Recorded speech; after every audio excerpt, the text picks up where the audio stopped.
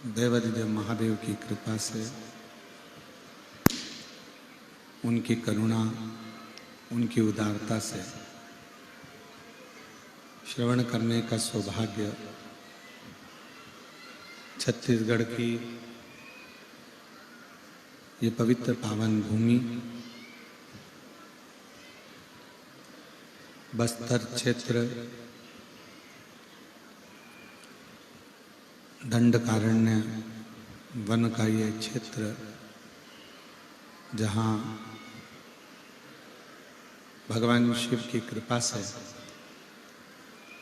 कांकेर जिले में कोकपुर में ये पवित्र कथा दिव्य और भव्य रूप में चल रही है। कथा के मुख्य यजमान स्वर्गीय श्री किशुन राम जी जैन, स्वर्गीय श्रीमती सनमत जैन की स्मृति में श्री हरक राम जी जैन, श्रीमती जानकी देवी जैन, श्री देव कुमार जी जैन, श्रीमती नंदनी जी जैन, कोकपुर, जिला कांकेर, छत्तीसगढ़। एक बार यजमान परिवार के लिए जोरदार ताली बजाकर स्वागत अभिनंदन। जिन्होंने इस पवित्र पावन शिव महापुराण की कथा का इस दिव्य भव्य आयोजन को कराकर आप और हमको कृतार्थ किया है। शिव कृपा से भगवान देवाधिदेव महादेव करुणा सागर की दया, उनकी उदारता, भगवान भूत भावन भूतेश्वर भगवान शिव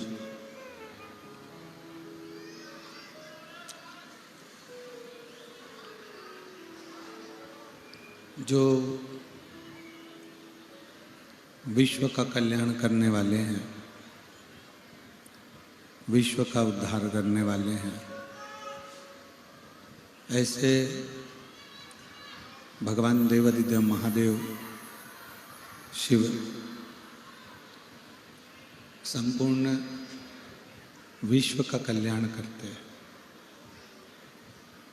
आज कथा का विराम दिवस है।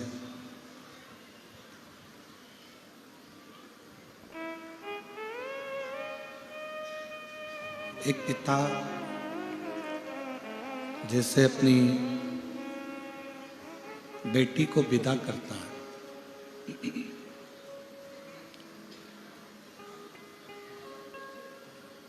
और क्या नहीं देता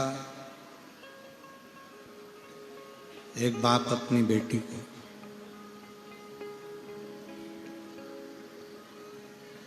जिस पिता की सामर्थ्यता नहीं होती देने की, फिर भी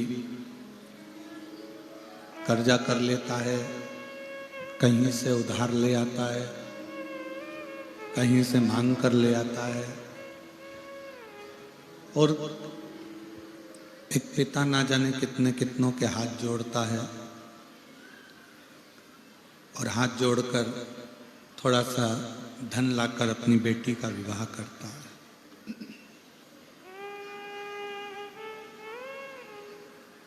बेटी को पिता क्या नहीं देता?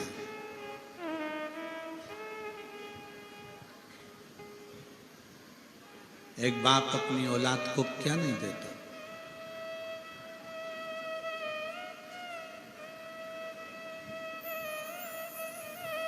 शिव महापुराण की कथा कहती है,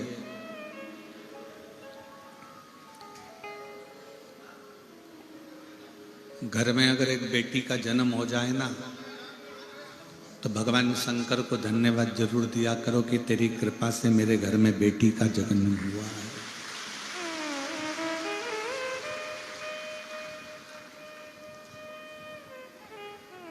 क्योंकि बेटा एक बार माँ बाप को दुखी देख लेगा, पर बेटी अपने माँ बाप को कभी दुखी नहीं देख पाती है।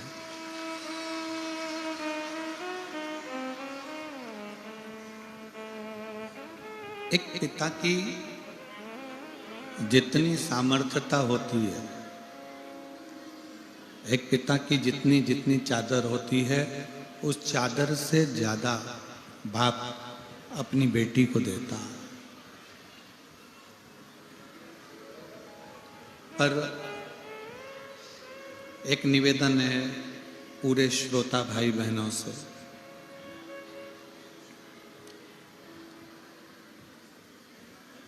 कि आप खुद के बल पर आगे बढ़ने का प्रयास करो। ससुराल से तुम्हें क्या मिला, दहेज में क्या मिला, उससे मतलब नहीं रखना, बल्कि ये मतलब रखना कि भगवान मुझे इस लायक बनाना कि मैं किसी के कन्यादान में कुछ दे सकूं और किसी के लिए कुछ कर सकूं।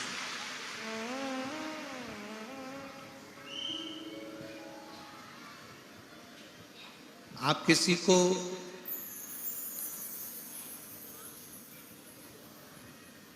मेरे शंकर भगवान की एक पवित्र कथा कहती है, जब जिस समय पर मेरे भोलेनाथ जी ने अपनी लड़की का विवाह अशोक सुंदरी का विवाह किया था,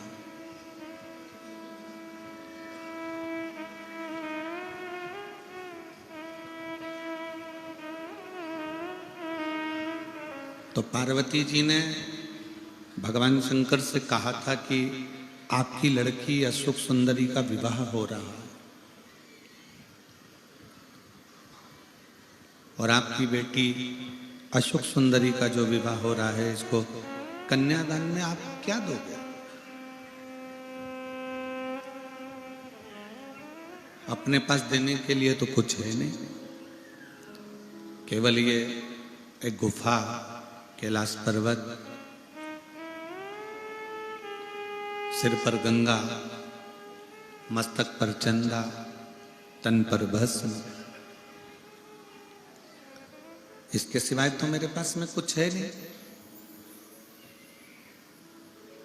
फिर बेटी अशोक सुंदरी के कन्यादान में क्या दिया जाए? शिव महापुराण की कथा कहती है कि भगवान शंकर ने तुरंत माता पार्वती जी से कहा कि मेरी बेटी अशोक सुंदरी को कन्यादान में मैंने जो शिक्षा दी है,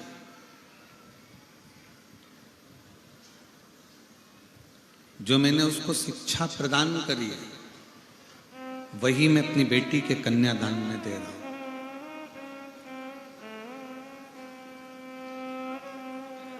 इस वन क्षेत्र में, इस दंडकारण्य वन क्षेत्र में जितने भी पिता के घर में बेटी ने जन्म लिया है, उन पिताओं से इस व्यासपीठ से एक ही निवेदन है कि बेटा और बेटी में भेद मत करो। बेटी को इतना पढ़ाओ कि उसकी शिक्षा ही उसका कन्यादान बने।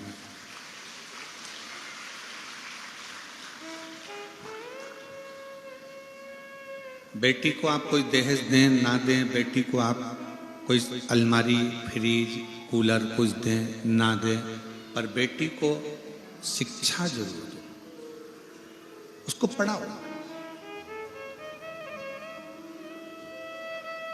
तुम्हारी दी हुई अलमारी एक दिन अटाले में चली जाएगी, तुम्हारा दिया हुआ फ्रिज एक दिन बिगड़ जाएगा, तुम्हारा दिया हुआ वॉशिंग मशीन एक दिन खराब हो जाएगा, तुम्हारा दिया हुआ एक दिन सोफा सेट फट जाएगा, तुम्हारा दिया हुआ कपड़ा भी बेकार हो जाएगा, तुम्हारा दिया हुआ सोना चांदी भी एक दिन हो सकता है कि कर्जे में डूब जाएगा, पर तुम्हारा दी हुई शिक्षा, तुमने जो बेटी को पढ़ाया है, अच्छा कॉलेज, अच्छा स्कूल बेटी को पहुंचाया है, तुम्हारी वो दी हुई शिक्षा वो कभी ना फटती है, ना कभी बेकार होती है, ना कभी कर्जे में लेकर जाती है। आप बेटियों को शिक्षा दीजिए।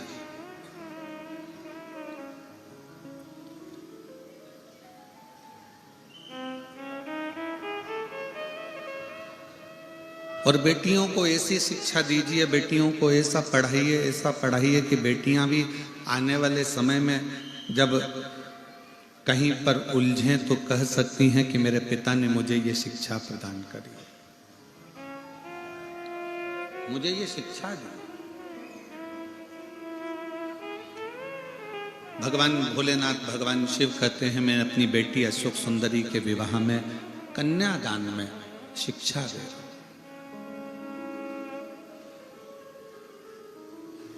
अब ये तो हो गई कि अशोक सुंदरी के कन्यादान में शिक्षा दी,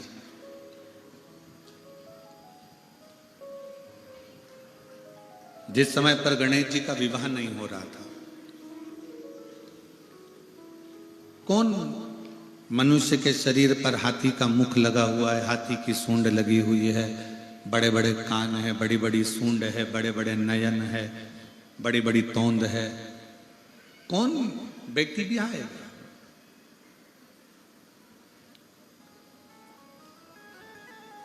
आप में से कोई नहीं होगा जिसके मनुष्य के शरीर पर हाथी का मुंह लगा हो और अपनी लड़की की शादी कर दो। किसकी सामर्थ्यता होगी जो अपनी बेटी की शादी ऐसे हाथी के मुख वाले से कर दे? किसकी सामर्थ्य?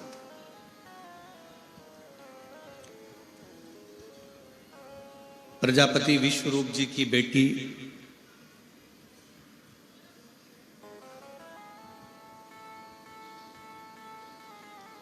रिद्धि सिद्धि, जिनका विवाह गणेश जी के साथ हो रहा है,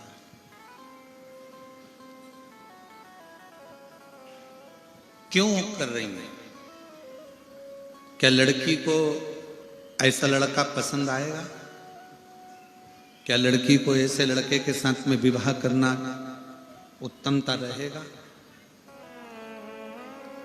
जिसका मुख हाथी का लगा हो, शरीर मनुष्य का हो? ऐसे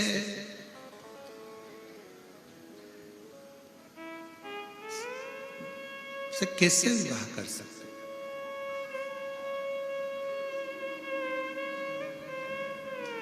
विश्वरूप जी ने जब विवाह का प्रस्ताव आया तो विवाह के प्रस्ताव पर विश्वरूप जी ने अपनी दोनों बेटियों से कह दिया कि ये लड़के का प्रस्ताव आया,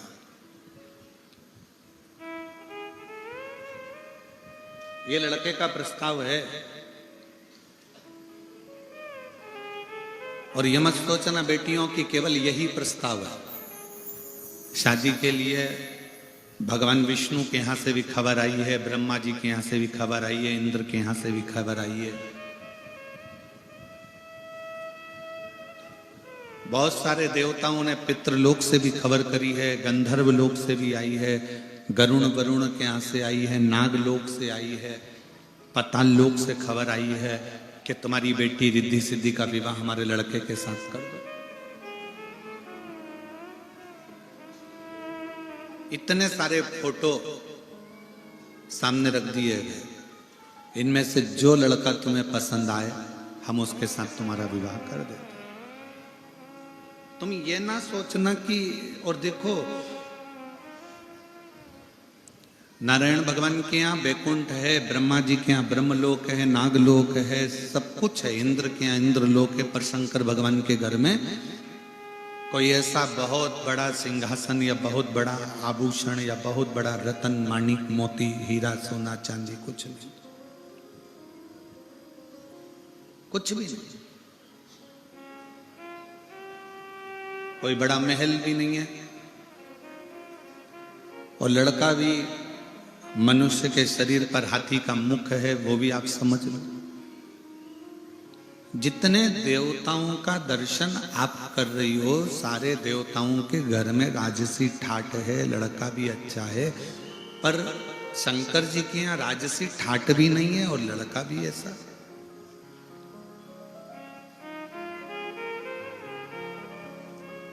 समझ लो, रिद्धि सिद्धि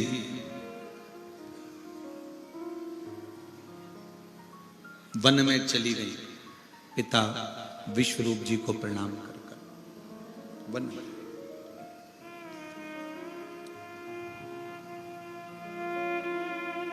एकांत में बैठ गई हैं रिद्धि सिद्धि। देव ऋषि नारद जी का आगमन हुआ है और देव ऋषि नारद जी का जब आगमन हुआ तब देव ऋषि नारद ने रिद्धि और सिद्धि से पूछा, क्या बात है, आज प्रजापति विश्वरूप जी की बेटियां वन में घूम रही हैं?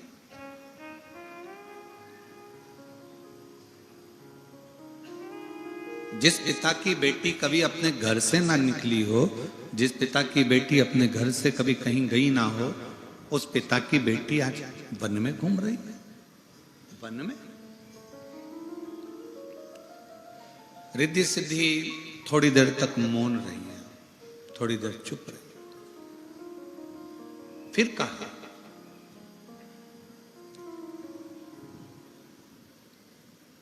आप कुछ बोलोगी नहीं? रिद्धि सिद्धि ने कहा कि हमारे पिता ने हमको हर पल समझाया है, टोका है, बोला है और हम हमारे पिता के अनुकूल चलने वाली बेटी हैं। मेरी बेटियों, मेरी जीजियों, मेरे भाई, मेरे बेटाओं, मेरी माताओं, गाड़ी में ब्रेक और घर में माता पिता का टोक बहुत जरूरी है। गाड़ी में ब्रेक का होना जरूरी है और घर में बुजुर्गों का टोकना जरूरी है। अगर घर के माता पिता बेटी को टोक रहे हैं, बेटा ऐसा मत कर, तो वो तुम्हारा भला चाहते हैं। घर के बुजुर्ग अगर आपको टोक रहे हैं कि बहू ऐसा मत करो, वो तुम्हारा भला चाहते हैं। अगर भला नहीं चाहते हैं ना, तो मोहल्ले के लोग तो ये चाहते हैं कि तुम तन पर कपड़ा भी नहीं पहनकर निकलो, तो मोहल्ले के लोग चाहेंगे कि बहुत अच्छी बात है। मोहल्ले के लोग अगर तुम मदिरा की दुकान से मदिरा खरीद कर निकल रहे हो, पी रहे हो, तो मोहल्ले के लड़के और मोहल्ले के लोग चाहेंगे, परिवार के लोग चाहेंगे कि अच्छा ऐसी बर्बाद हो जाए। तुम गलत काम करोगे, चोरी करोगे, गलत कृत्य करोगे, जुआ खेलोगे, मांसाहार, मदिरा पान, वैश्यावृत्ति कुछ भी करोगे, तो परिवार के लोग और मोहल्ले के लोग तो चाहेंगे कि अच्छा ऐसी बर्बाद होने दो। अपने बाप की दौलत ऐसी तो राख मिलाएगा, अपने पिता की नाक ऐसे ही तो कटाएगी। सास टोक रही है बहू को, बेटा ये गलत, तुमने इतना दूध फेंका क्यों, तुमने इतनी चाय बनाई क्यों, तुमने इतना अचार क्यों डाला, तुमने इतनी सब्जी क्यों फेंकी, तुमने इतनी रोटी क्यों फेंकी? क्योंकि वो बहू को टोक रही है, इसलिए टोक रही है, उसको मालूम है कि अब तो मेरा बेटा कमा रहा है। बहू चाहे तो पूरा उजाड़ दे, पर वो इसलिए टोक रही है कि आने वाले समय में अगर किसी चीज की जरूरत हो तो मेरी बहू सामने लाकर 4 मेहमानों को वो सामान दे सकती है। वो टोक रही है। पिता अपनी बेटी को, पिता अपने बेटे को, माँ अपनी बेटी को, माँ अपने बेटे को अगर टोक रहा है तो ये समझ लेना कि भगवान की बहुत बड़ी कृपा है, बहुत कृपा।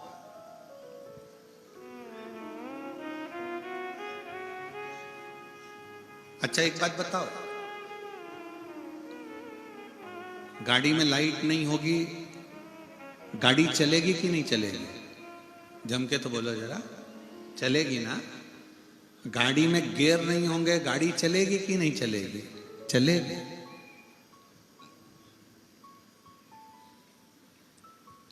गाड़ी में गेट भी नहीं होगा ना तो भी गाड़ी चलती है। गाड़ी में सीट नहीं है तो भी गाड़ी चलेगी। गाड़ी में सब कुछ हो, गियर भी हो, लाइट भी हो, डेकोरेशन भी हो, सब कुछ हो, और गाड़ी में ब्रेक नहीं हो तो गाड़ी चलेगी? जम के बोलो जरा, नहीं। अगर ब्रेक नहीं है तो उस गाड़ी की कोई मोलता नहीं है, भले उसमें गियर हो, भले उसमें लाइट हो, भले उसमें डेकोरेशन हो, सोना चांदी भी जड़वा दो, तो भी गाड़ी में अगर ब्रेक नहीं है तो उस गाड़ी का कोई महत्व नहीं है। उसी तरह हमारे जीवन में तुम कितने सुंदर हो, तुम्हारा व्यापार कितना अच्छा है, तुम कितना अच्छा कार्य कर रहे हो, तुम कितने आगे बढ़ रहे हो, पर तुम्हारी जिंदगी में अगर बुजुर्ग माँ बाप की टोक नहीं है तो समझ लो कि तुमने कुछ नहीं कमाया, जिंदगी में आगे बढ़ना। घर की माँ को, सास को टोकने दो, घर के ससुर को बोलने दो, जरूरी है। कई बहुओं को बुरा लग जाता है, तुम्हारी मम्मी तो हमारी जरा जरा सी बात में टोकती है, तुम्हारी मम्मी तो जरा जरा सी बात में चिल्लाने बैठ जाती है। बल्कि अपनी पत्नी को समझा कर कहो कि ये बुजुर्ग जब तक हैं तब तक टोकेंगे और इन्हीं के टोकने से अपन आगे बढ़ते चले जाएंगे, क्योंकि रास्ता क्लियर करने का कार्य।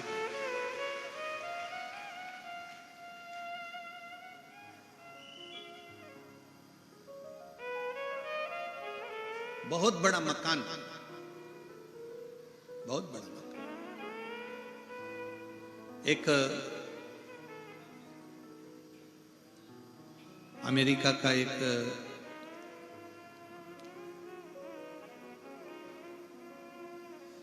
इंडियन लड़का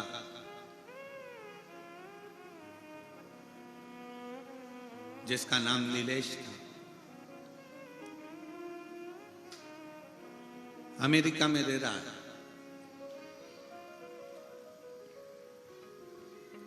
उसने अखबार में न्यूज निकलवाई कि मुझको एक बुजुर्ग माता पिता की जरूरत है। नीलेश, जो माता पिता साथ में रहते हो, जो माता पिता मेरे घर में रहे और वो रुचि से मेरे घर में आए। नीलेश ने न्यूज निकलवाई अखबार में और अखबार की वो न्यूज सब दूर गई कि मुझे बुजुर्ग बूढ़े माँ बाप की जरूरत है, मुझे एक बूढ़े जोड़े की जरूरत है। अमेरिका के लोगों को लगा कि काम करने के लिए चाहिए होंगे, बुढ़ा बुढ़ी को काम करने के लिए चाहिए होंगे। एक बुढ़ा बुढ़ी ने, एक बुजुर्ग पति पत्नी ने जाकर इंटरव्यू दिया। पहुंचे, नीलेश ने पूछा तुम्हारे बेटे और बेटियां नहीं है? उसने कहा है मेरे 2 बेटे हैं, डॉक्टर हैं, और एक बेटी है वो इंजीनियर है। शादी हो गई? हाँ। तुम दोनों यहां पर हमारे पास में क्यों आए हो? कहा आपने न्यूज में निकाला था कि एक बुजुर्ग माता पिता की जरूरत है तो हम दोनों आ गए। अच्छा,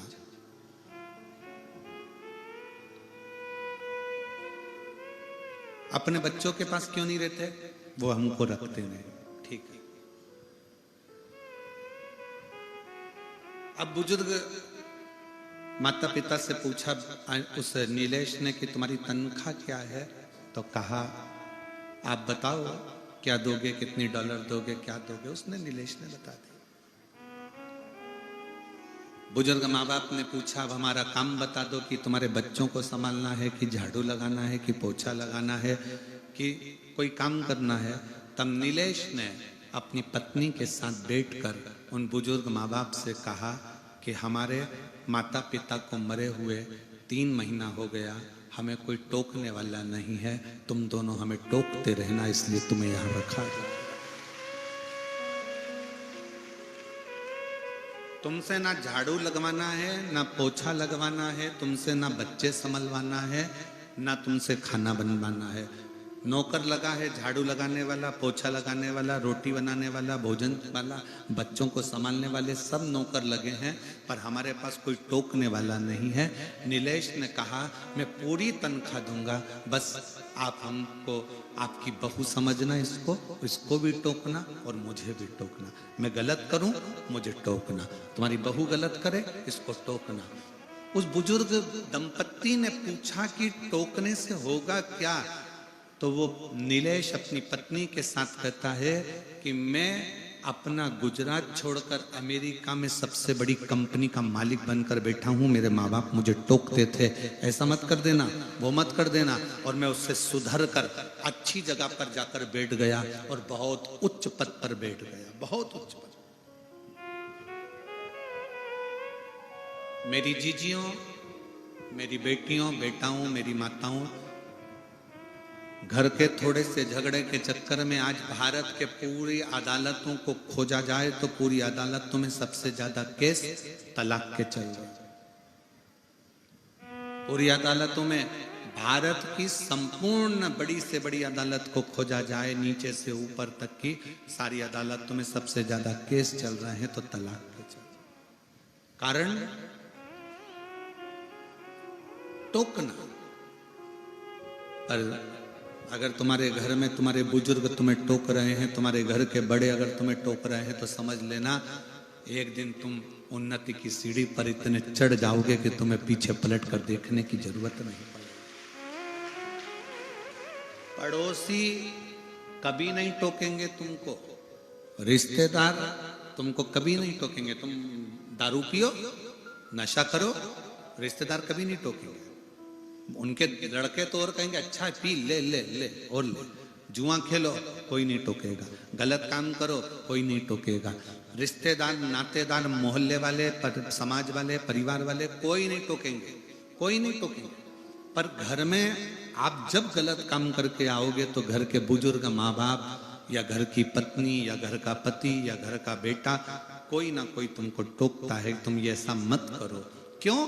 क्योंकि वो चाहते हैं कि आप अच्छे रहो।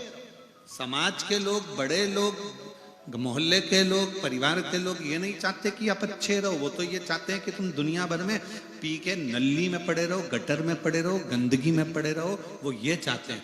पर घर का, परिवार का व्यक्ति, एक बुजुर्ग, माँ बाप और घर की पत्नी, पति, घर के बच्चे चाहते हैं आप नाली में, गटर में नहीं। अगर पढ़ना ही है तो किसी सत्संग में जाकर पड़े रहो, उससे बढ़कर सुख नहीं।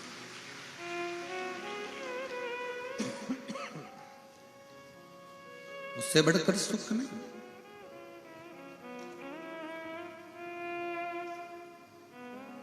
किस किस के घर में माँ बाप हैं? हाथ उठाओ जरा। मैं आपको प्रणाम करता हूं। जो आपके घर में माता पिता हैं और टोकने वाला कोई ना कोई है, इसलिए आपको नमन कर रहा हूं।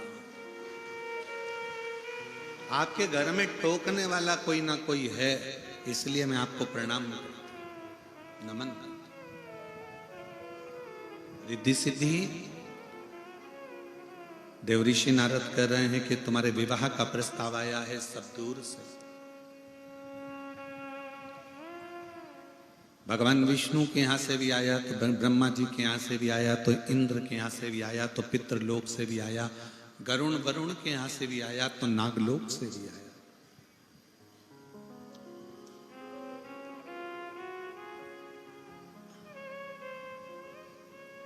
अब आप बताओ, आपको विवाह किससे करें? रिद्धि सिद्धि कुछ नहीं हुई, कुछ। एक शब्द भी रिद्धि सिद्धि के मुख से नहीं निकला। बस रिद्धि सिद्धि ने इतना जरूर कहा कि हमारे पिता ने हमें जो सिखाया है, हम कभी गलत जगह पर नहीं जाएंगे। जहां मेरे माँ बाप कहेंगे विवाह, हम वहां करेंगे। मेरी बेटियों,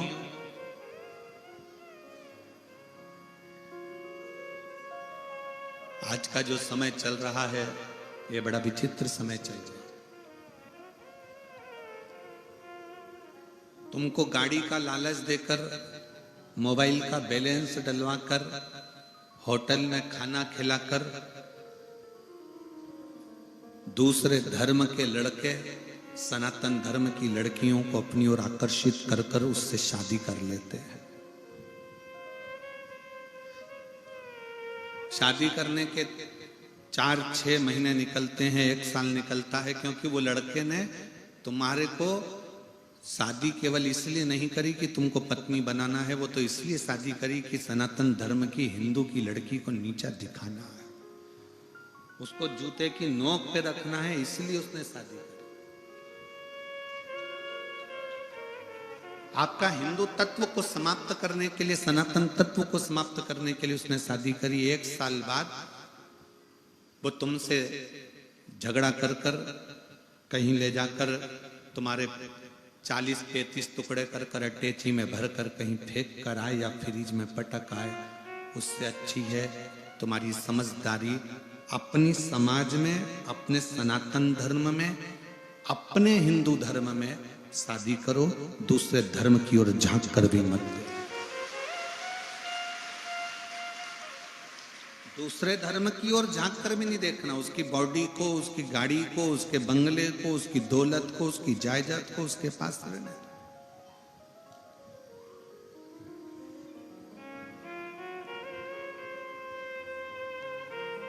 रिद्धि सिद्धि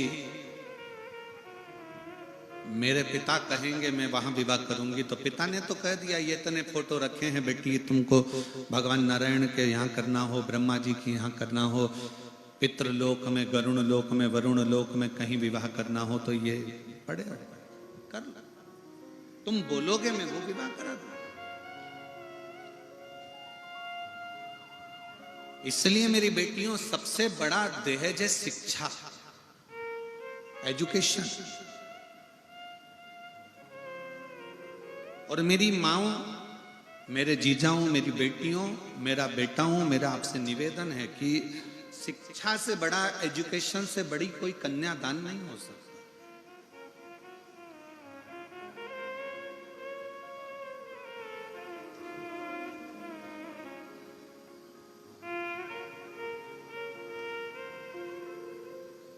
शिक्षा शिक्षा है।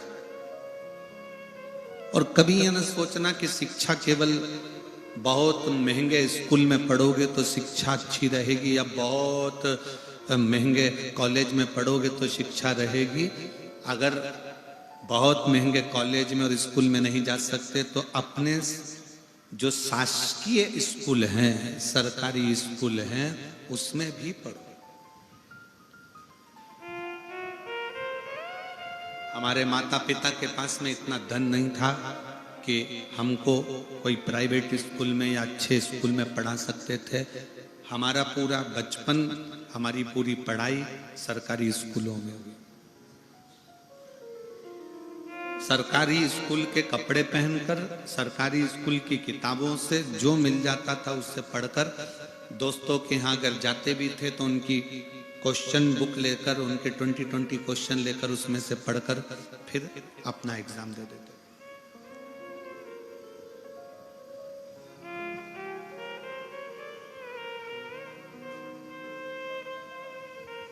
आज भारत के राष्ट्रपति के पद पर विराजमान राष्ट्रपति महोदय से भी अगर पूछा जाए कि तुम कौन से प्राइवेट स्कूल में पढ़ी हो, तो वो भी कह देती हैं मैं अपने गांव के सरकारी स्कूल में पढ़ी हूं और राष्ट्रपति पद पर बैठी हूं।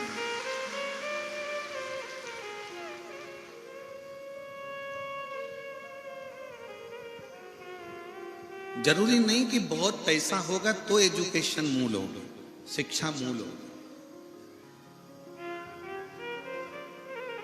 4 इंजीनियर एक पाइप में एक तार डाल रहे थे। आड़ा टेढ़ा पाइप था, एकदम आड़ा टेढ़ा, उसमें तार कोना था। 4 इंजीनियर रोज मेहनत करते पर वो तार उसके अंदर नहीं जाता, क्योंकि वो पाइप आड़ा टेढ़ा था। एक किसान, इंजीनियरों ने बहुत ऊंचे ऊंचे कॉलेज से पढ़ा, पर वो किसान ने एक छोटे से सरकारी स्कूल में पढ़ा।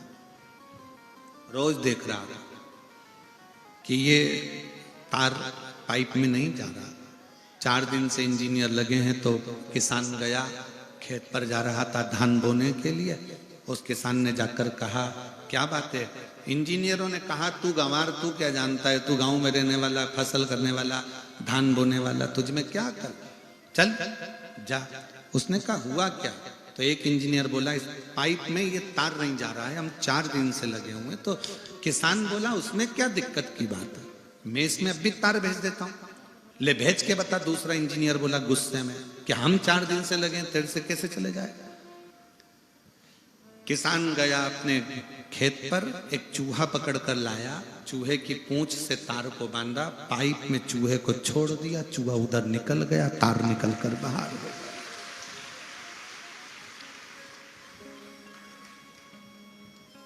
जरूरी नहीं कि एजुकेशन बड़े कॉलेज में करी जाए, बड़े स्कूल में करी जाए तो तुम विद्वान हो गए।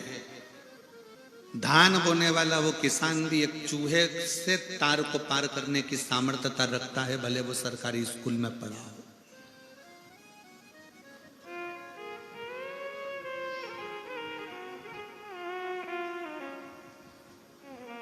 3 माताएं कुएं पे से पानी भर रही थी। एक का बेटा निकला, बेटा निकल कर बोलता मम्मी बाय। उसमें से एक मां गर्व से पानी भरते भरते बोली ये मेरा बेटा है, इंग्लिश मीडियम स्कूल में पढ़ता है।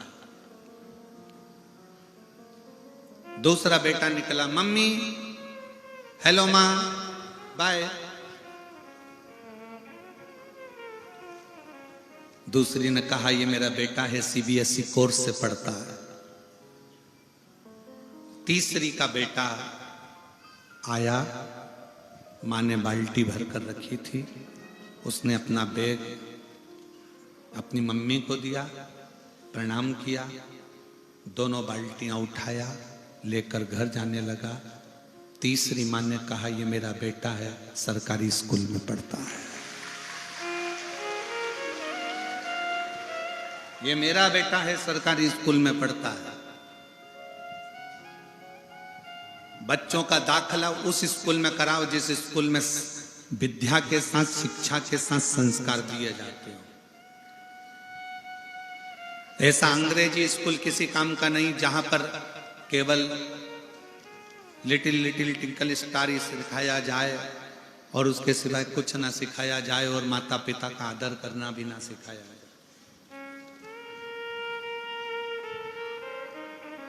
बेटों को लायक बनाओ, अपने बेटा बेटी को खूब पढ़ाओ, लायक बनाओ, पर इतना भी लायक मत बना देना कि बच्चे तुमको नालायक समझने लगे। पापा तुम्हें कुछ नहीं आता, मम्मी तुम क्या जानती हो, पापा तुम क्या जानते हो। बच्चों को लायक बनाना, पर इतना लायक मत बना देना कि बच्चे तुमको नालायक समझने लगे। तुम्हें नहीं आता पापा, आज के जमाने के नहीं हो तुम पुराने जमाने के हो, तुमको कुछ नहीं आता। उस बाप से पूछो कि उसको क्या नहीं आता।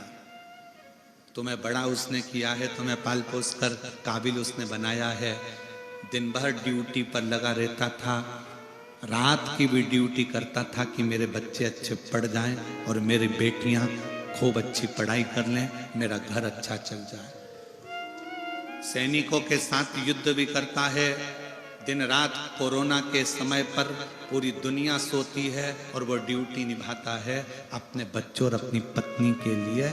जरा विचार करिएगा, उसके बाद भी दिन रात मेहनत करने के बाद भी बच्चे कह दें पापा तुम में अकल नहीं है, तुम नहीं जानते, मम्मी तुम चुप रहो, चुप बैठिए, तुम्हें क्या मालूम है, चुप रहो। बेटे लायक तो हो गए, बेटी लायक तो हो गई, पर मां बाप को नालायक समझने लगे। नहीं, शिक्षा उच्च हो और शिक्षा के साथ में नम्रता भी उच्च की। जितना बड़ा तुम्हारा औहदा हो ना, तुम बहुत बड़े ओहदे पर, कलेक्टर के ओहदे पर बैठ जाओ, एसपी के ओहदे पर बैठ जाओ, डीआईजी आईजी के ओहदे पर बैठ जाओ, मिनिस्टर मंत्री संतरी कलंतरी के ओहदे पर बैठ जाओ, उतनी उतनी तुम में नम्रता आती जाना चाहिए, अकड़ नहीं। क्योंकि ये कड़ले कड़ले दांत तो एक दिन टूट के गिर जाते हैं, पर कोमल कोमल जीवान तो मरते दम तक साथ निभा जाती है। नम्रता रखी। औधा तुम्हारी उच्च पद, उच्च प्रतिष्ठा, ये तुमको जो मिली है तुम्हारी मेहनत से मिली है।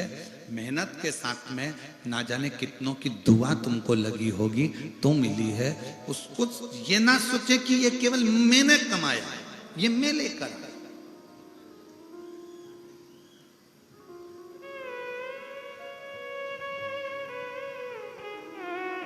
मां प्रथम शिक्षक है, मां प्रथम गुरु है, पिता द्वितीय गुरु है, पढ़ाने वाला टीचर तृतीय गुरु है, और तुम्हें मार्ग दिखाने वाला चौथा गुरु कोई सदगुरु है जिससे तुम गुरु दीक्षा लेते।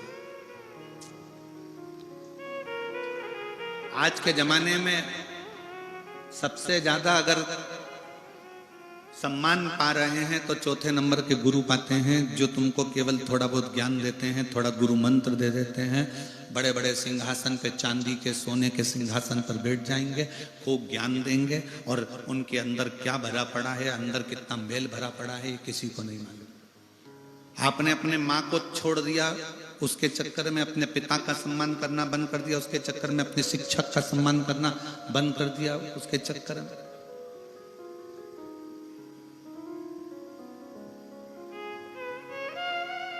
सबसे प्रथम गुरु है माँ, जो बचपन सुधारती है।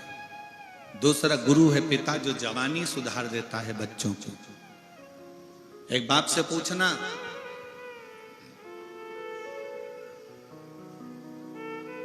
हमें एक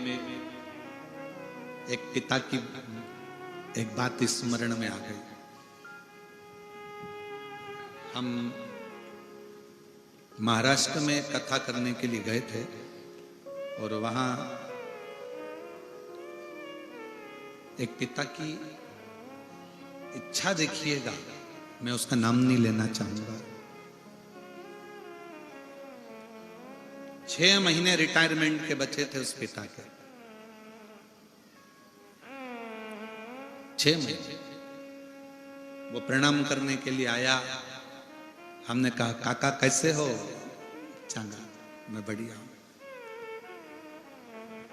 ड्यूटी करते करते कितने साल हो गए? बस 6 महीने बाद रिटायरमेंट है गुरुजी। हमने कहा ठीक। कोई इच्छा? तो कहा एक इच्छा है कि मैं ड्यूटी करते करते ही मेरे प्राण छूट जाए। मैंने पूछा क्यों? कहा कम से कम आज के जमाने में मेरे बेटे को अनुकंपा नियुक्ति तो मिल जाएगी। एक पिता मरते दम तक भी अपनी औलाद के लिए सोचता है। और आज का बेटा चंद्रमुखी के चक्कर में माँ बाप को दुखी कर देता है।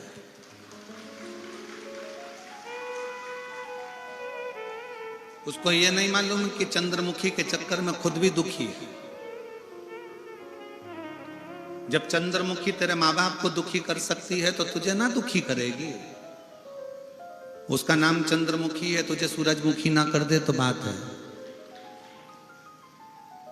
एक बाप अपनी पूरी जिंदगी अपने बच्चों के लिए, दुकान बढ़ाऊंगा बच्चों के काम आएगा, व्यापार बढ़ाऊंगा बच्चों के काम आएगा, घर बड़ा बनाऊंगा बच्चों के काम आएगा, बहुत कुछ मेरी औलादों के लिए, औलादों के लिए, जमीन, धान, फसल, खेती, सब बच्चों के लिए। खुद क्या करता है? बेटे एप्पल का मोबाइल चला रहे हैं, और बाप कमाने वाला जो दुकान पर व्यापार में 24 घंटा लगा रहता है, वो कीपैड चला रहा है छोटा सा। बेटे ने कहा पापा मुझे लैपटॉप। आओ बेटा। बेटे ने कहा पापा मुझे ऐसा। बाप का चश्मे की डंडी भी टूट गई है, तो उस डंडी में भी वो ऑफिस से आने के बाद उसमें पिन घुसेड़ के उसको सही करने का प्रयास कर रहा है कि इसमें 15 रुपए लग जाएंगे, 15 रुपए बचाने का प्रयास करता है बाप। और बेटा वो 15 रुपए क्या 50 रुपए का पाउच खरीदता है, हाथ में मलता है, दोस्तों के साथ गप्पे मारा के खा पी के वो चले जाता है गुटखा। बाप इस स्क्रू से चश्मे की डंडी को जोड़ रहा है।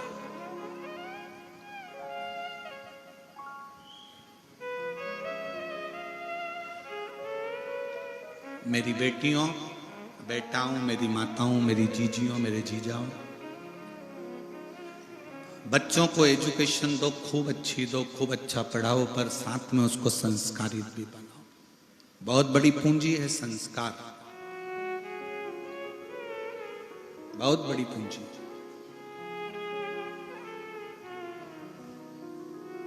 और इस कोकपुर कांकेर क्षेत्र में हमको बहुत अच्छा लगा। उसका कारण अच्छा लगने का केवल ये था कि यहाँ हमने पुलिस का भी एक अलग चेहरा देखा। यहाँ की पुलिस का एक अलग चेहरा देखा। यहाँ की पुलिस का एक चेहरा ऐसा देखा कि इस कोकपुर कांकेर की पुलिस रात्रि के समय पर जो लोग पैदल आ रहे थे और कोई लोग गाड़ी से जा रहे थे, तो इस कांकेर कोकपुर की पुलिस ने गाड़ी वालों को रोक के थोड़ी देर रखा और जो पैदल आ रहे थे उनकी गाड़ी में उन पैदल चलने वालों को बिठाकर कथा स्थल तक पहुंचा।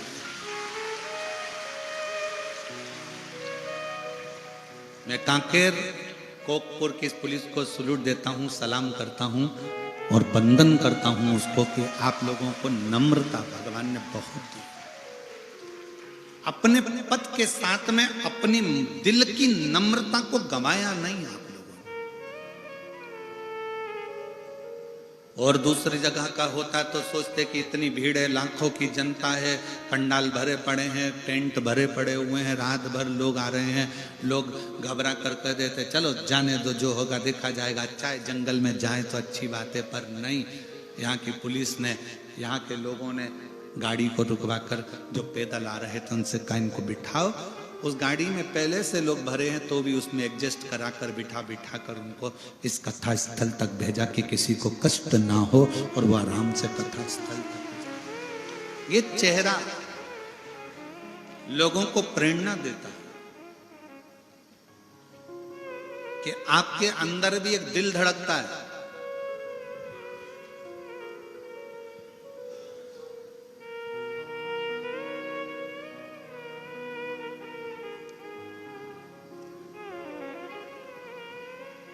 आपके अंदर भी एक कोमल भाव है और वो हृदय से होना चाहिए। नौकरी करो, सर्विस करो, खूब अच्छी पढ़ाई कर कर तुम उच्च पद पर पहुंचो, पर उसमें थोड़ी सी नम्रता तुम्हारे जीवन को एक आनंदित कर सकती है।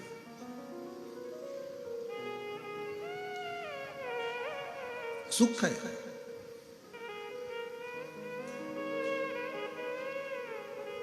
मैं जैन साहब कहना चाहूंगा इस कोकपुर के लोगों के लिए कि इतनी शीतलता है इस कांकेर कोकपुर के लोगों में, इतनी नम्रता है कि कांकेर कोकपुर का दूसरी जगह कथा होती है ना तो इतनी चिल्ला चोट होती है, इतनी चिल्ला चोट होती है, पर कोकपुर और कांकेर के इस क्षेत्र में, इस बस्तर क्षेत्र में सुनने वाले भी साइलेंट होकर कथा का लाभ लेते। नम्रता,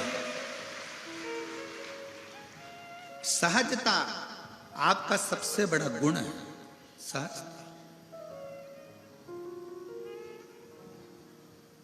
और वो होना चाहिए। रिद्धि सिद्धि कहती हैं कि हमारे पिता हमको जहां विवाह करना चाहेंगे हम वहां विवाह कर लेंगे, जहां पिता चाहेंगे।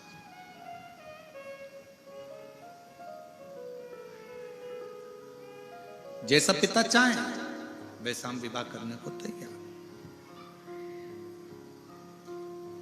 मना नहीं है। आज पिता की मर्यादा को भी लोगों ने तार तार कर दिया, पिता और माता की मर्यादा को भी ले जाकर उन्होंने चूल्हे में डाल दिया। आज की बेटियां, आज के बेटे रील बनाने के चक्कर में अपना खुद का रोल बिगाड़ चुके हैं। इतनी अश्लील रीलों का निर्माण कर रहे हैं और ये नहीं सोच रहे कि हमारे परिवार की गति क्या है, हमारे परिवार की गति क्या है।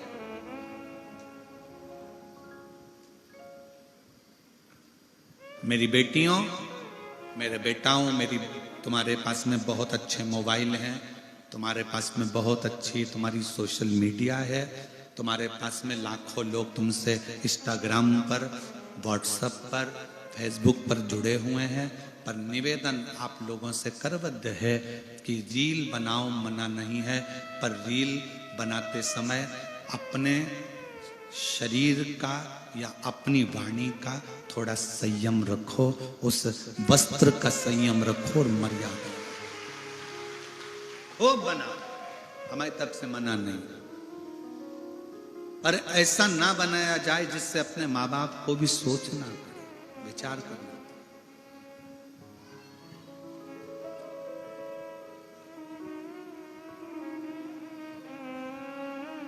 बहुत सावधानी रखिए।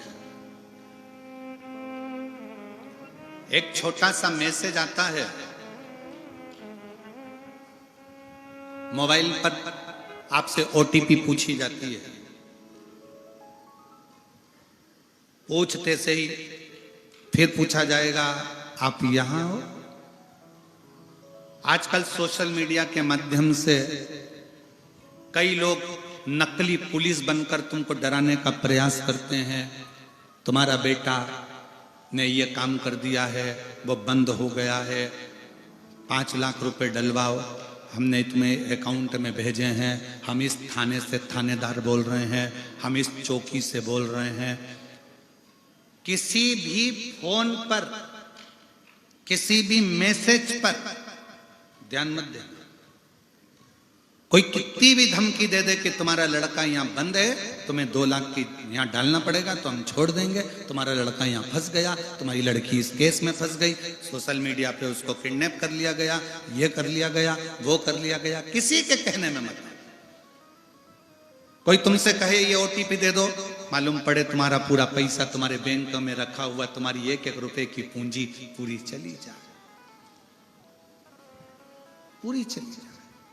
एक बूढ़ी मां राजस्थान का एक स्कूल में चपरासन की नौकरी करती, आंख से थोड़ी सी उसको तकलीफ थी, मोतियाबिंद आदि था, तो एक आंख से देखती थी, दूसरी आंख से उसको तकलीफ थी, दूसरी आंख से उसको तकलीफ। और वो बूढ़ी मां नौकरी करती, पैसा आता, डलवा देती। उसके पति की जगह पर उसकी नौकरी लगी थी, तो वो पढ़ी लिखी नहीं थी, बहुत ना के बराबर। छोटा सा मोबाइल आ गया और बूढ़ी माँ ने अपना पैसा इकट्ठा कर कर कर जो बैंक में उसकी तनख्वाह रखी थी, किसी ने उससे मैसेज करा, उससे ओटीपी पूछी और उसने वो ओटीपी बताई, उसका बैंक पूरा खाली हो गया। इतनी रोई कि मेरी जिंदगी की पूरी पूंजी चली गई। 4 लड़कियां उसकी, चारों विवाह के लायक, शादी पक्की हो गई थी, पैसा रखा था, तो सम्मेलन में शादी करने वाली थी, पर उसमें भी थोड़ा थोड़ा पैसा उसका जमा होना था। सम्मेलन में एक फॉर्म भरना था जिसमें 5-5 हजार रुपए या 10-10 हजार रुपए सम्मेलन में जमा होना था। उसके पास वो 10-10 हजार भी नहीं थे। 4-5 जगह गई, कोई ने उसकी मदद नहीं करी। तब उसने टीवी पर कथा सुन रखी थी, सीहोर पहुंच गई और मैं राजस्थान से हूं, मेरा ये नाम है और ऐसा ऐसा है, बेटियों की शादी करना है। कुछ समिति से फोन आया, ऐसा ऐसा प्रसंग है। समिति ने निर्णय लेकर चारों बेटियों के फॉर्म जमा करवाए, पैसे जमा करवाए, सम्मेलन में जाकर बात कराकर चारों बेटियों का विवाह करवाया। मां ने कहा कि मेरे से बस केवल ओटीपी पूछा गया, मेरे मैसेज आया और मैंने मैसेज पर बताया और मेरा पूरा पैसा चले, पूरा चले। थोड़ी सावधानी, प्रशासन तो अपनी जगह पर है जो आपको सावधान करता रहता है, पर थोड़ी सावधानी अपनी भी होना चाहिए, बहुत जरूरी। रिद्धि सिद्धि, आपके पिता के कहने पर आप विवाह नहीं करोगे? हाँ, हमारा पिता ही कहेगा हम तो वही करेंगे। इतने फोटो आए हैं, कौन सा फोटो में लड़का पसंद आया उससे विवाह कर लो, सबको देखा। इंद्र के पुत्र जयंत का भी आया, नारायण भगवान के यहाँ से भी आया, ब्रह्मा जी के मानस पुत्रों का भी आया, पाताल लोक से भी आया, पितृलोक से भी आया, परंतु आखिरी में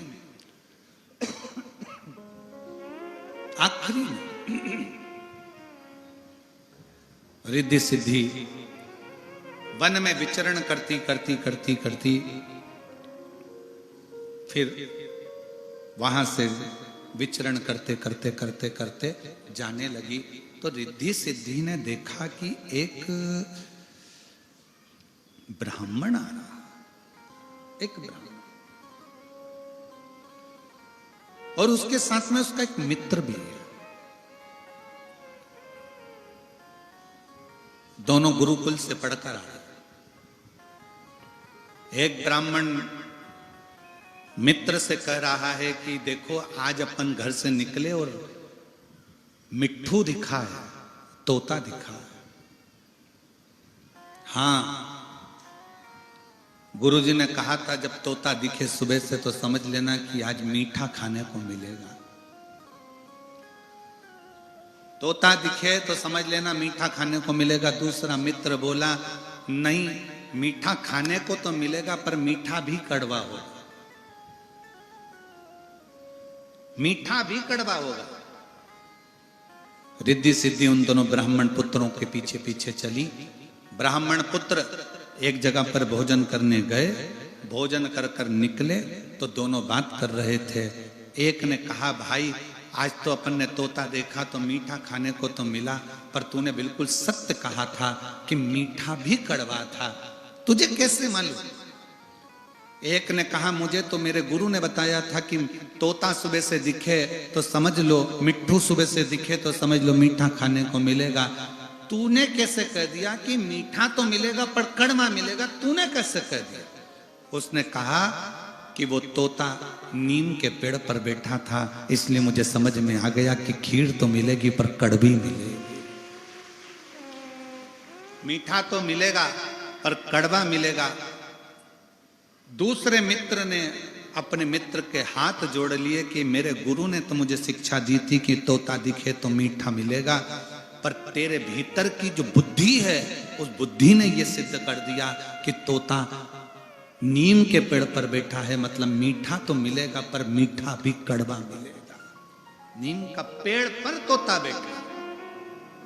तब रिद्धि सिद्धि ने विचार कर लिया कि अब पक्का निर्णय है कि लड़का चाहे कितना भी सुंदर हो उससे मतलब नहीं, लड़के के पास कितने भी पेट्रोल पंप हो उससे मतलब नहीं, लड़के के कितने भी बंगले हो उससे मतलब नहीं, लड़का बुद्धि से विद्वान होना चाहिए। गणेश जी को क्या कहा जाता है? किसके देव हैं वो? जम के बोलो, बुद्धि के देव। अब रिद्धि सिद्धि ने विचार कर लिया कि मुझे अब शादी करना है तो बुद्धि के देव से।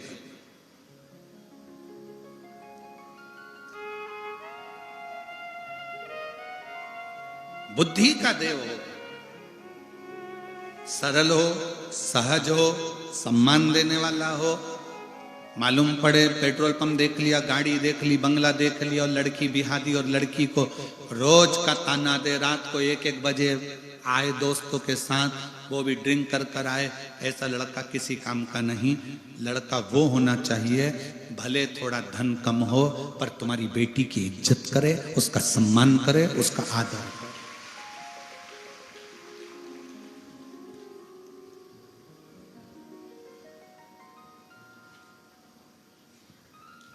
भोजन पति रसोई घर में करे, एकांत में बैठकर भोजन करे, पर पत्नी का सम्मान सबके सामने करे। पर उल्टा हो गया, पत्नी का अपमान सबके सामने करता है, अकल नहीं है इसमें, बेवकूफ है, धिक्कार के भगाता है 4 लोगों के सामने। 4 लोगों के सामने उसकी इज्जत खराब करोगे तो 4 लोग उसकी इज्जत करेंगे, उसका सम्मान करेंगे। अकल नहीं है, चल ढोरे, पढ़ी लिखी नहीं है, चल। जब विवाह करा था तब क्या देखा था? मोटरसाइकिल,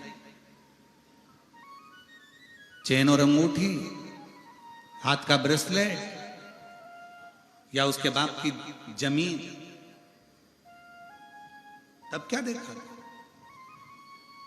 भोजन एकांत में बैठकर पति करे, पर पत्नी का सम्मान सबके सामने होना चाहिए, उसका अपमान सबके सामने नहीं, 4 लोगों में नहीं, चिल्लाकर नहीं, अपशब्द कहकर नहीं। पर पति अपनी शूरवीरता 4 लोगों में अपनी पत्नी पर दिखाता है कि मैं शूरवीर हूं, देखा मेरी कितनी धाक है। अगर तू इतना बड़ा शूरवीर है तो नक्सल एरिया में चले जा। जब इतनी शूरवीरता है तेरे को और तू अपनी पत्नी पर इतनी शूरवीरता दिखा रहा है, तो शूरवीरता दिखा, बॉर्डर पर जा, मां शूरवीरता दिखा। एक पत्नी जो अपने बाप का घर छोड़कर तेरे लिए आई है, जो तेरे बच्चों को दिन भर संभालती है, रोटी बनाकर तेरे बच्चों को, तेरे घर के लोगों को खिलाती है, और तू शूरवीरता भी उस पर दिखा रहा है, 4 लोगों में अपशब्द भी उससे कर रहा है। सम्मान करिए, आदर करिए, सत्कार करिए।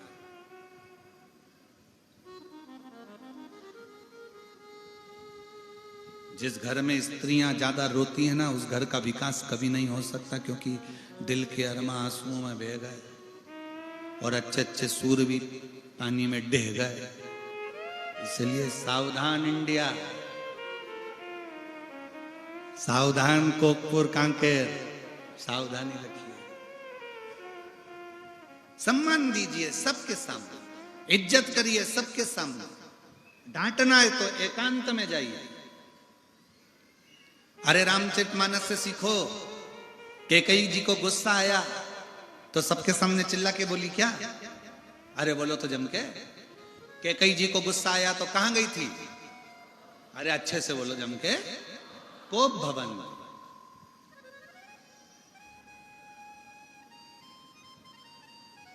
गुस्सा करने का भी अलग से कमरा होता था कि तुम यहां गुस्सा करना।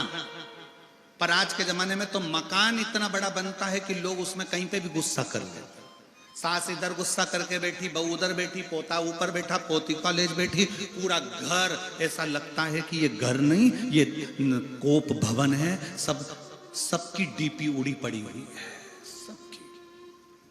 सबके बल्ब फ्यूज सब चेक कर रहे हैं। जब जब बल्ब लगाते हैं तो बल्ब एकदम फिर बंद, ट्यूबलाइट एकदम फिर बंद। उसी तरह घर में जब सब इकट्ठे होते हैं, थोड़ी थोड़ी देर में पति चिल्ला कर बोलता है, फिर बेटी चिल्लाएगी, फिर बंद, बेटा चिल्लाएगा, फिर बंद, सब फ्यूज बल्ब।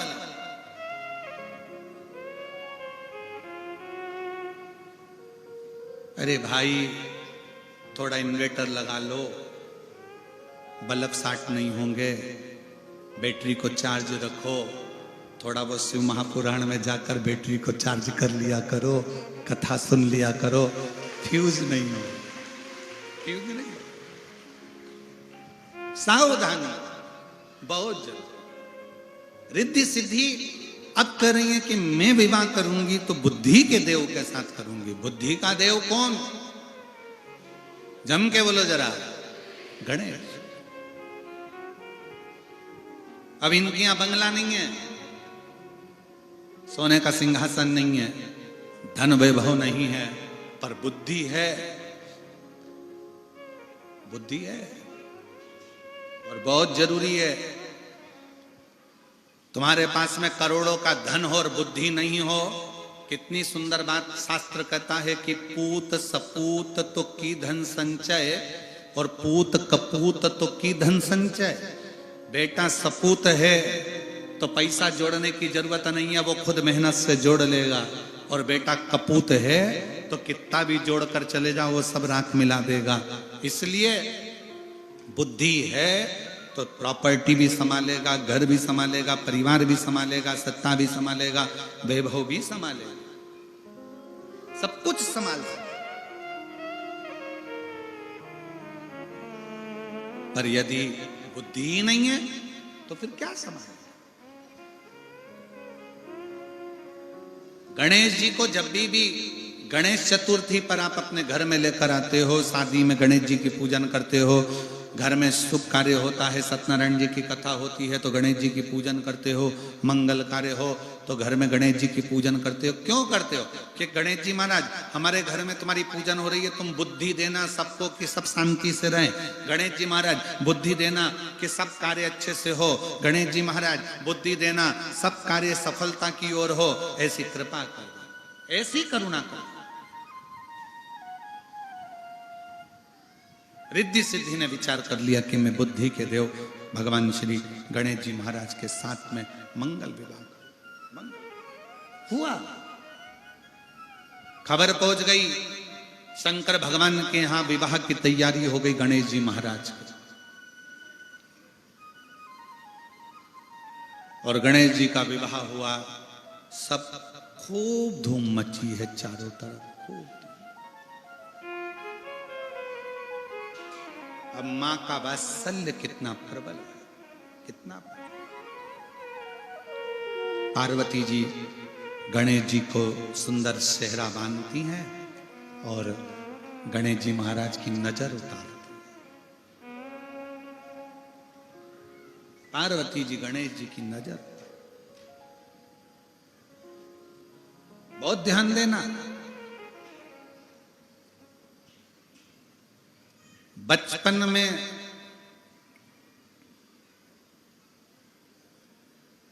बच्चे को नजर से बचाने के लिए मां कितना कितना प्रयास करती है। मिर्ची लाएगी, नमक लाएगी, उसके ऊपर से उतार के चूल्हे में झोंक आएगी, भले पड़ोसी को मिर्ची की दांत लग लग के मर जाए। मां है,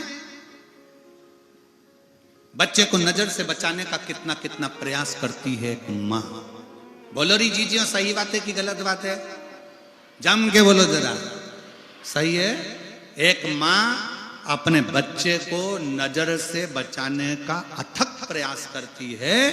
मेरी माओं से निवेदन है, बच्चे को बचपन में जैसे तुम नजर से बचाते हो, उसी तरह जवानी में बच्चों को बुरी आदत से भी तुम्हें बचाना है। नजर से तुम बचा सकते हो तो बुरी आदत से भी तुम बचा सकते हो। बुरी आदत में बच्चा गलत काम कर आए, उसको समझाओ, ना समझे, दूसरी बार, तीसरी बार, चौथी बार समझाने का प्रयास करिए। नजर से बचाने का प्रयास करिए। जैसे नजर से बच्चे को बचाने के लिए मिर्ची झोंक देती हो, तो बुरी आदत से बचाने के लिए तुम भी कुछ ना कुछ अच्छा कर सकती, बचा सकते। गणेश जी महाराज की सुंदर मां पार्वती नजर उतार